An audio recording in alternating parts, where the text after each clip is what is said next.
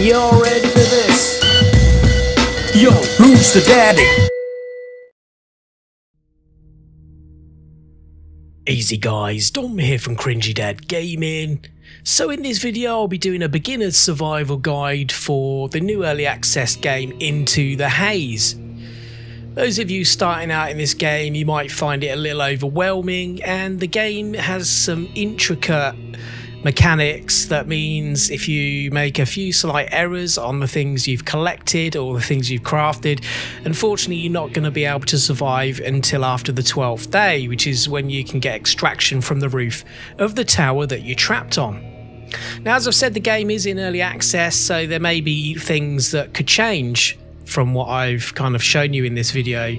At the moment it does feel a little bit unbalanced, I'm not going to lie. Some of the survival elements, some things are quite slim pickings. So here we are anyway on day one. We'll wake up in this kind of little room. This is kind of our sanctuary, our camp, so to speak, on the roof. Now, day one is pretty much going to be getting your bearings and just collecting all the materials from the actual roof where you start out. Now, you do have a stash where you're going to want to stash stuff because you can only hold a certain amount of things. But it is a matter of just going around searching. So what we need to do is get enough materials first to be able to craft our workbench. This is quite important. So it needs wood and metal, which is something we're going to go off and do. Now, there are two other workbenches in here, which is a metal workbench and a medical workbench. We'll cover that off a little bit later on. Now, we'll try and skip some things. I'm not going to expect you to sit here in the video and watch me search every single thing in here, but just make sure you do explore all areas of the roof because you don't want to miss any important materials. But also note though that some things on the roof can't be opened yet. You will require other tools such as a crowbar and a lockpick. But the first thing we need is the rusty saw blade part, which we've just found there. Once we've got enough materials to make the crafting bench, we can then make that saw, which not only will allow us to break down some of these pallets to be able to get wood and nails and other things, but it's also required for us to be able to get through the first door that is currently boarded up on the roof to be able to get down to the floor we're going to need to search next. Once your backpack is full, it says backpack but you ain't got a backpack, it means pockets I think, you can just store all that stuff up into your stash to be able to clear some space to continue looting. The thing about the store all button though is it will literally store all, and just make sure that if you need to keep something on you that you're either getting that back out of the storage or you're dragging and dropping individual items into the stash, which is something you can also do. Also note here, just saw them on the floor there are some traps that you can build later on to be able to get some meat from rodents that you trap in there. Sounds pretty grim, but meat is probably one of the best sources of sustenance other than tinned beans at this stage. But early on in the game you won't have the materials to be able to craft those, so that's something you're going to want to keep in mind for later on. Now, one of the most important resources really I'd say other than food and water is rags. Now, you're going to need 10 rags to be able to craft a mask. Once you've repaired your workbench here, and notice in the workbench here is a rag mask a little bit further down the list there, you're going to need 10 rags to be able to craft fabric, and you'll need then just one fabric and some duct tape to be able to make an improvised mask, which will allow you to explore some of the lower levels. Without it you are going to be pretty much screwed. So rags are like gold dust in this game, other than food and water obviously. Now, we just found an empty bottle there, and that is also really important because we're going to need to fill those up from water sources that we find to be able to drink. At the moment I think the food and water goes down quite quick, I think maybe a little too quick. I think that's where they need to balance a little bit. I know they want there to be a challenge of kind of like time and kind of how you manage your resources. At the moment it is pretty challenging. You will also find other food and drinks such as cans of fizzy pop and coffee and stuff like that. All have kind of specific stat boosts, so to speak. So if you drink a cola or a coffee, not only will it increase your water slightly but also your tiredness level because of the caffeine in them. You will require to sleep every now and then, and we'll kind of go through the sleeping mechanic and kind of the best times to sleep a little bit later on in the video. Now you will come across these toolkits that you need sometimes to be able to craft certain things, so don't miss those. Make sure you collect as many of those as you can as well. Day one will literally just be spent on the roof. We want to strip all the materials we possibly can off the roof and get them into our stash storage on this first day. It may mean multiple kind of running back and forth to be able to pick up some of this stuff.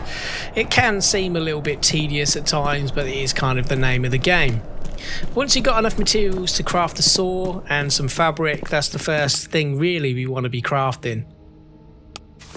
We still need to find some duct tape to be able to craft the mask, and that is something you will find on the roof as well.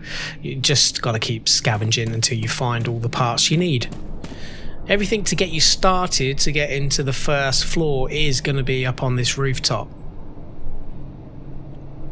So now we've got the saw, we can go back round and break down all the things that have the saw symbol on them.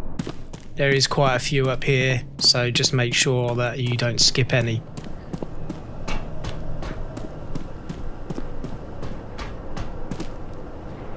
Now, the thing is, when you saw down some of these crates and pallets and bookshelves that you'll find later on, you don't necessarily need to actually pick them up right then. You can actually leave the little boxes that kind of spawn once you saw them onto the floor, which means potentially you could saw everything in one area when you're in that area, but not actually pick them up to keep a little bit of inventory space free.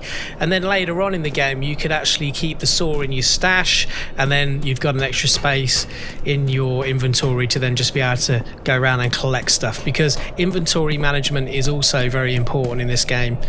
Kind of choosing what you pick up and what you don't is kind of one of those things that can sometimes be the difference between living or dying. Now, there is a rooftop garden here, some little planters where you can plant some stuff, and you will require a bottle of water, usually dirty water, which will fill the bar there. And also you can get herb root seeds and strawberry seeds. Unfortunately, I did find for the amount of time it takes to, say, grow 2 strawberries, and it takes a full bottle of water, it's not really kind of worth it. At least it wasn't early on in the game. For the amount of sustenance you get from 2 strawberries is relatively slim pickings really, and I personally found it would be more advantageous to actually keep the bottle of water to keep your thirst levels up. Now, the water filter here that you can purify water with is something you want to stay away from early on in the game. Now, you can't again craft it yet anyway, because you need bolts, which you won't get until we've explored the first floor that we go down to in a little while. The reason why you don't want to use it, because it needs 1 fabric. Now, it might not sound like a lot, but remember, 1 fabric needs 10 rags. But also 1 fabric is needed to make a mask to cover your face so you don't kind of breathe in the poisonous gas. And the rags are actually quite slim pickings in this game, so you want to keep the fabric as much as you can so you can make the rag masks. These are going to be more important than the water filter at this stage. The water filter is something that you probably come to create a little bit later on, because as it stands at the moment we can purify water using the fire, which we'll look at in a little while. So now we've cleared off the roof, we've got a mask crafted and a saw blade. We want to make sure we've got some nails on us, because we are going to find a nail gun in a little while, which is a defensive tool to be able to kill zombies.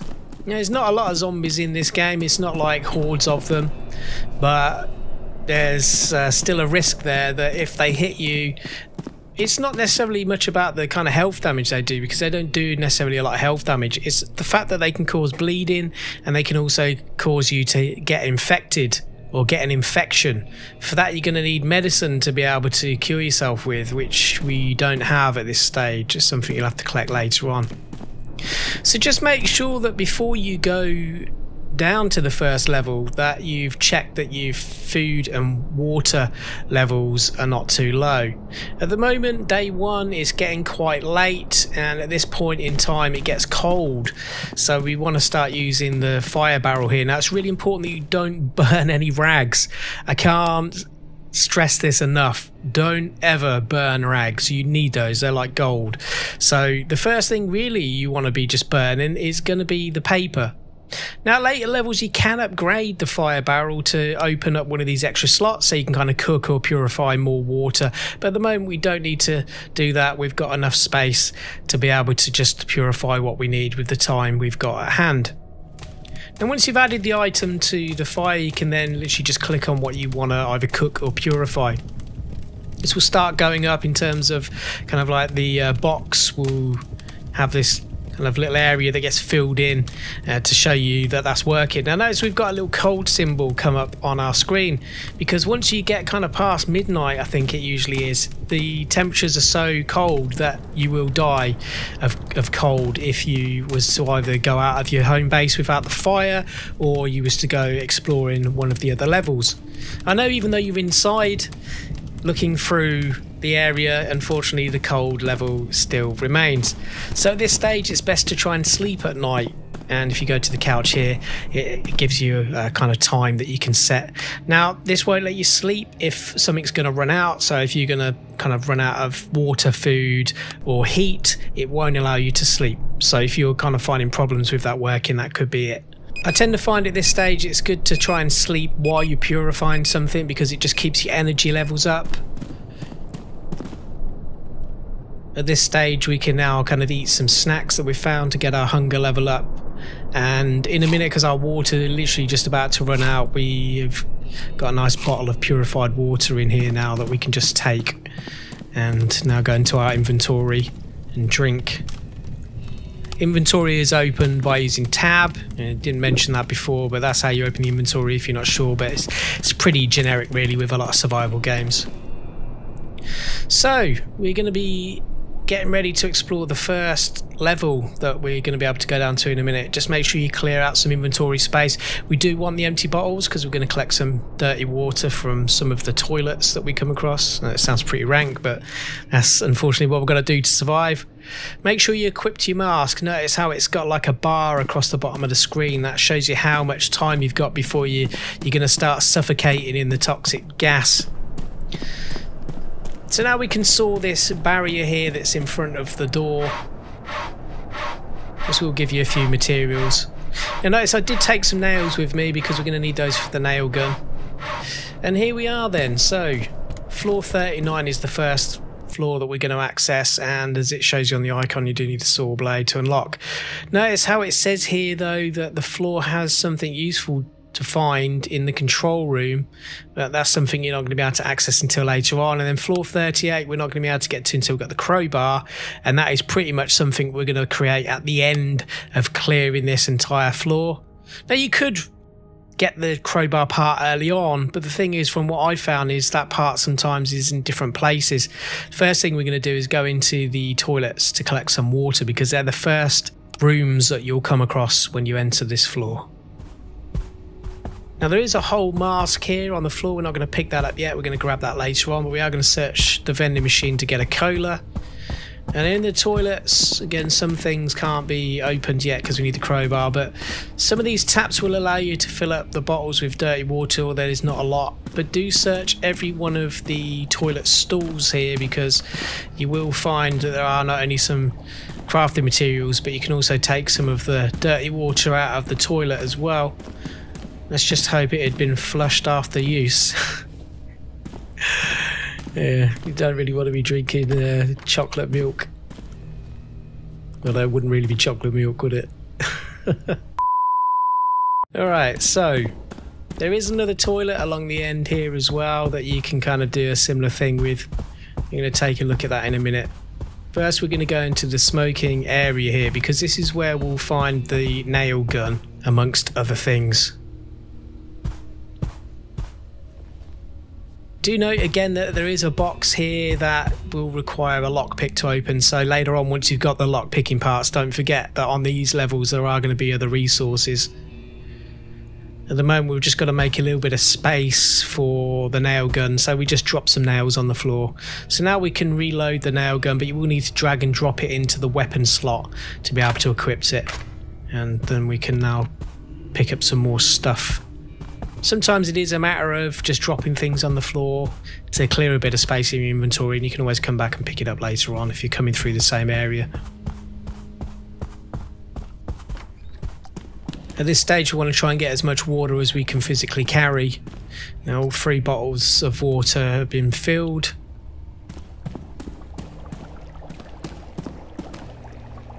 And we just found some charcoal tablets there, and the charcoal tablets will cure you of food poisoning. So if you're kind of in a position where you're going to die from thirst or hunger and you've got uncooked food or unpurified water, sometimes it's best literally just to drink the water or eat the food and then worry about the food poisoning later on, which you can then just cure with the charcoal tablets. So they are going to come in handy hopefully at some point for you, but if you play the game right you might not necessarily even need them. So it's just something you just pop in your stash and it's just there for you if you need it later on.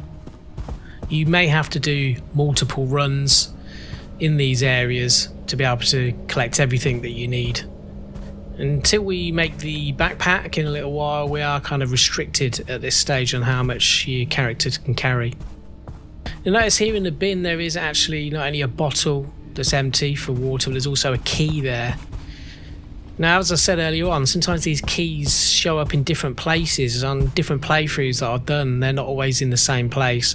I don't know if that's a design feature or a bug. I think it's probably a good idea for it to have been a design feature of the game, because it's going to make things more challenging on each playthrough, not necessarily knowing where things are going to be. The zombies will take a fair few nails, and just want to make sure you're keeping your distance from them, because if they hit you, you don't want to get infected or get kind of the bleeding status. I know we've got some bandages back at the camp, but you know. Now sometimes these zombies aren't always dead even though they go on the floor, so always make sure you shoot them in the head. You can kind of tell when they're actually dead because they kind of like ragdoll, their kind of arms kind of fling out as they land on the floor, and if you're unsure just shoot them in the head. If they make a noise when you shoot them in the head, they're still not dead, because they will get back up off the floor, they're not dead, and they will chase you down. Sometimes they'll sneak up on you. Now even if you can't pick up everything that's in these areas, at least you can take a note of what's there. So it's always good to keep either a mental note or jot down some notes of where things are. So now we've got enough rags and duct tape to be able to craft the rope that we need to make the old rucksack. And we did find the leather early on the roof here, so that's usually where it spawns. It means now we can craft that. We're going to also craft some more fabric while we're here so we can make some more masks. But the rucksack, once we've crafted it, will increase our carrying capacity, which is quite important. It will unlock some extra slots, so just drag and drop it into the backpack slot on your character there, and now we can craft some more masks. These are things that we can kind of be doing while we're either cooking food or purifying water at the fire here, because at this stage in the evening there's not really much we can do other than that. So, and our character's tiredness level is pretty low, so it is a good time really to try and sleep. Trying to sleep at night and try and time it so you are doing that, and using the fire at the same time, not only to keep yourself warm but also to be purifying or cooking food at the same time, just means that you're going to be using your time wisely, which is also something that's really important. It's also important not to overdo it with the fuel. We don't want to be adding too much to the fire. Now when you look at the rooms and you click on the door here, it will tell you what sort of things are in that room. Now notice here it says lots of materials, some food, some drink, huge amounts of junk, but some special part. Now if it says some special part, then it means that there's going to be a part that you're going to need to maybe craft something in particular. So it's a good indication of that there's going to be something in one of these rooms that you're going to need. So just before we go into the canteen here, I'm just going to show you there is actually another way to be able to get back to base camp from down this end of the building. So it just makes things a little easier than having to run all the way back to the end of the corridor, which speeds things up. And the control room you won't be able to get into yet until you've got the key card, which you'll find later on. Now there is a zombie in the canteen here. Once you've taken care of him, it is just a matter of collecting all the things in this room. So we not only found another room key, which we'll need on one of the other floors here, we have found a decent amount of food, but also the broken crowbar, which is the main important thing here that we needed. Now back at base camp, we can fix the metal workshop, which we could have made earlier on, but there was really no point because the only thing really we need to make on here at this point is the crowbar. Now we've got the crowbar part. This now allows us to be able to go down to the next floor. You might not want to go down to the next floor yet though, because you may still need to explore for extra parts on the floor we've just been looking through. So just make sure that you completely go through that floor and strip it of everything you can that you may need. Make sure you leave nothing behind. Now do bear in mind that on the next floor down, the zombies are going to be a lot harder, they are going to be faster and take a fair bit more damage. Before you go down there, now you've got the crowbar though, remember there are going to be all those other containers, not only on the roof here, but also on the floor we've been looking through that you can now open. So don't forget to explore those areas too.